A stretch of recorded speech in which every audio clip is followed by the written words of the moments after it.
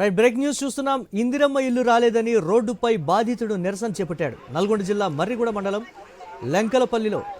లెంకలపల్లి గ్రామంలో నిరసన చేపట్టాడు. పురుగుల మందు డబ్బాతో ఆందోళనకు దిగాడు. దీంతో రోడ్డుకి ఇరువైపులా వాహనాలు నిలిచిపోయినటువంటి breaking news iNews screen మీద ఎక్స్క్లూజివ్ విజువల్ రూపంలో చూస్తున్నాం. బాధితుడు ఏర్పుల మల్లయ్యకు పోలీసులు నచ్చజెప్పి ఇంటికి పంపించినటువంటి ప్రస్తుత పరిస్థితి అయితే ఉంది.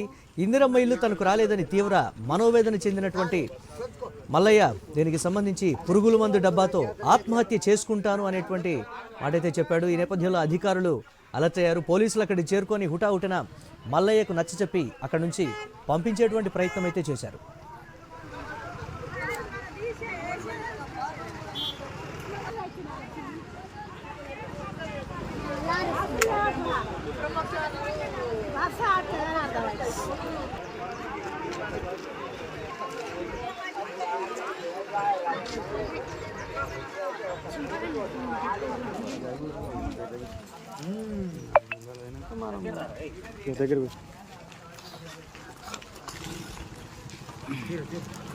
సార్ ఇప్పుడు ఏమైంది నీ ప్రాబ్లం అని చెప్పు. నా ప్రాబ్లము నిన్న